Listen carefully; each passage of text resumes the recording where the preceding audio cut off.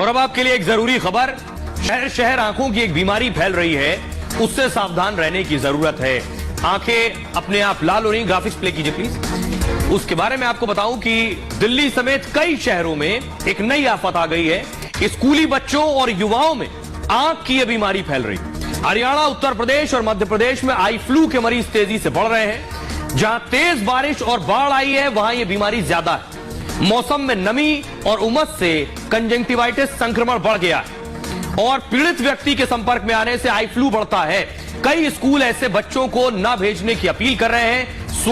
स्वस्थ बच्चों को भी स्कूल भेजने से कई अभिभावक बच रहे हैं। उन्हें डर है कि कहीं उनका बच्चा भी आई फ्लू से संक्रमित ना हो जाए। कई दफ्तरों में भी लोग ऐसे मरीजों से दहशत में हैं। अब आपको बताता हूं, पीड़ित व्यक्ति की आंखें गुलाबी या लाल हो जाती हैं और आपको बताता हूं इसका इलाज क्या है। अगर आपको इस तरह की तकलीफ है तो आंखों को छुएं या रगड़ें बिल्कुल नहीं। साबुन या गर्म पानी से हाथ धोते रहें। अपने साफ पानी से 3 से 4 बार हाथ धोएं। फ्लू होने पर आंखों में काला चश्मा पहने और मोबाइल और टीवी से दूरी बनाए रखें। परिवार के लोगों से भी आइसोलेशन में रखें और अपनी तौलिया और रुमाल को भी अलग कर लें। लेंस लगाते हैं तो सोने से पहले उसे जरूर हटा दें। पीड़ित व्यक्ति से आई कांटेक्ट न रखें। डॉक्टर की सलाह पर ही दवा लें। बच्चों को ज्यादा सावधानी बरतने की जरूरत है। बच्चों के स्कूल बैग में सैनिटाइजर जरूर रखें। कंजंक्टिवाइटिस होने पर यदि धुंधला दिखाई दे रहा है तो तुरंत आई स्पेशलिस्ट नेत्र विशेषज्ञ डॉक्टर को दिखाएं। बहरहाल ये भारत की बात है। मैं इतना ही। आप अपना और अपनों का बहुत बहुत ख्याल रखिए। रुकराई में सुरक्षा बढ़ा दी गई है। उसके बाद से अगली तस्वीर दिखाइए। इस मामले में सुप्रीम कोर्ट ने भी हस्तक्षेप किया है। एक्शन में मोदी सरकार है। मणिपुर के गुनाहगारों को बख्शा नहीं जाएगा। मणिपुर में सीबीआई ने कार्रवाई शुरू कर दी है। सीबीआई इस मामले को नजदीक से हैंडल कर रही है क्योंकि इस मामले के बाद पूरे देश में उबाल था। देखिए जरा, एक्शन में मोदी सरकार। मणिपुर में दंगाइयों की अब खैर नहीं। मणिपुर हिंसा पर सरकार और सख्त हो गई है। महिलाओं से बर्बरता की जांच सीबीआई को सौंप दी गई।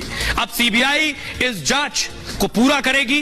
इस बीच मणिपुर में सीबीआई फुल एक्शन में है। मणिपुर में कई मामलों की जांच सीबीआई कर रही है। अब तक हिंसा केस में 10 से ज्यादा गिरफ्तारियां हुई हैं। 6 एफआईआर दर्ज की है सीबीआई ने हिंसा मामले में। 9 जून को सीबीआई ने एसआईटी गठित कर 6 एफआईआर दर्ज की थी। मणिपुर हिंसा के मामलों का ट्रायल भी अब मणिपुर में नहीं, राज्य से बाहर होगा।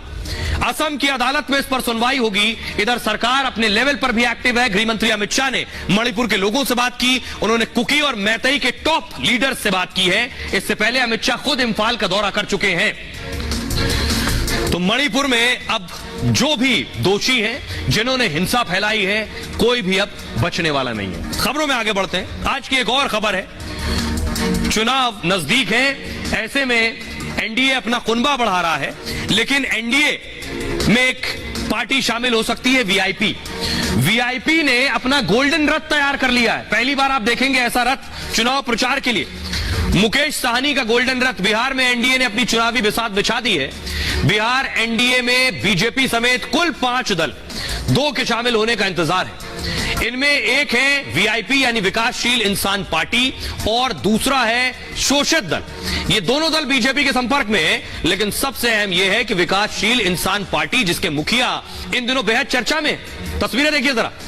विकासशील इंसान पार्टी के मुखिया मुकेश सहनी ने अपना दमखम दिखाने के लिए बुधवार को पटना से संकल्प यात्रा की शुरुआत की है। सहनी ने अपनी संकल्प यात्रा आलीशान रथ में शुरू की है, जिसे एक बस को सजाकर बनाया गया है और जिस पर 4 करोड़ का खर्च आया।